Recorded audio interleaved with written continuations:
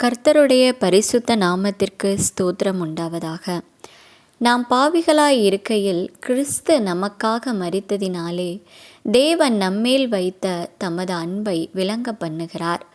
ரோமர் 5வது அதிகாரம் 8வது வசனத்தின்படி ஜீவனை கொடுக்கும் அன்பு என்ற ஒரு சிறு கதை தொகுப்பை நாம் பார்ப்போம்.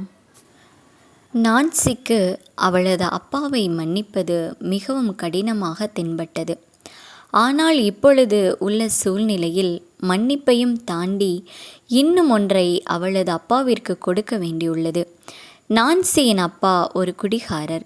குடித்துவிட்டு வீட்டிற்கு வந்தால் வீடே ஒரு நரகமாக மாறிவிடும். அப்பாவிடம் தேவையில்லாமல் அடிபட்டு பேச்சு வாங்கி போதும் போதும் என்றாகிவிட்டது. அப்பா மீது வெறுப்பு மேல் வெறுப்பு ஏற்பட்டது. வேறு வழி இல்லாமல் அந்த வீட்டிலேயே வசிக்க வேண்டியதாயிற்று. நான்சி வளர்ந்து பெரியவளான போது அவளது அன்பிற்கு சற்றும் தகுதியற்ற அவரை விட்டு வெளியேறினார். சில வருடங்கள் கடந்தது. நான்சி இயேசு கிறிஸ்துவை சொந்த இரட்சகராக ஏற்றுக்கொண்டாள். ஆனாலும் அவளது கொடுமைக்கார அப்பாவை முழுவதும் மன்னிப்பது கடினமாக இருந்தது. அவ்வப்பொழுது வாழ்த்து அட்டைகள் அனுப்புவாள். ஆனால் முழுமையான தொடர்பு வைத்து கொள்ளவில்லை. ஒரு நாள் தொலைபேசி அழைப்பு ஒன்று வந்தது. அதில் அவளது அப்பா மருத்துவமனையில் இருப்பதாகவும் சிறுநீரக கோளாறினால் கடுமையாக பாதிக்கப்பட்டிருப்பதாகவும் செய்தி வந்தது. நான்சியின் இருதயம் பஞ்சை போல் மென்மையானது.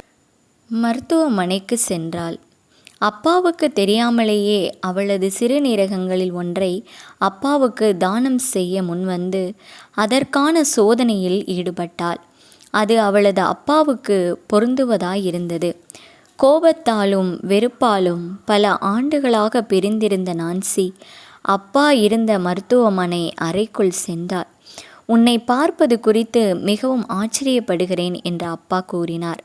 அதன்பின் நான் சிறுநீரக கோளாறினால் மரித்து கொண்டிருக்கிறேன் என்று கேள்விப்பட்டிருப்பாய் என்று சொன்னார். உடனே நான்சி, ஆம், நான் கேள்விப்பட்டேன். ஆனால் நான் இப்பொழுது உங்களை காப்பாற்ற வந்துள்ளேன் என்றாள்.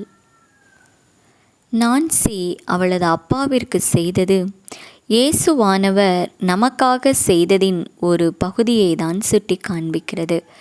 நாம் பாவிகளாய் இருக்கையில் கிறிஸ்து நமக்காக மரித்ததினாலே தேவன் நம்மேல் வைத்த தமது அன்பை விளங்க பண்ணுகிறார். ரோமர் 5வது அதிகாரம் 8வது வசனம்.